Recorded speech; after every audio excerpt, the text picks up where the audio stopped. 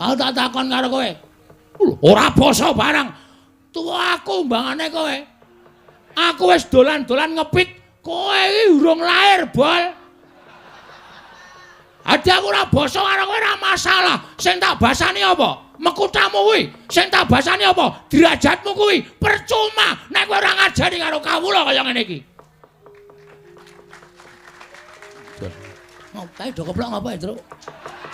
Seneng karo omonganmu. Omong ngono kon ngijoli dhuwit wae. Oh iya. Ngijoli dhuwit wae ora. Keploki nek ora ana apa-apane percuma. Sadar ora kowe? Hah? Walah, Baladewa, Baladewa. Barang saiki kowe nganggo mekutha, kowe nganggo bintang nang pundak, kowe nganggo derajat pangkat blas, kowe ora ngajari wong-wong sing kaya aku ngene iki. Kowe ora kelingan. Uripmu mbiyen endi? Uripmu nang Widara Kandang, kowe dititipke karo Demang Sagopa karo bapakmu Prabu Basudewa.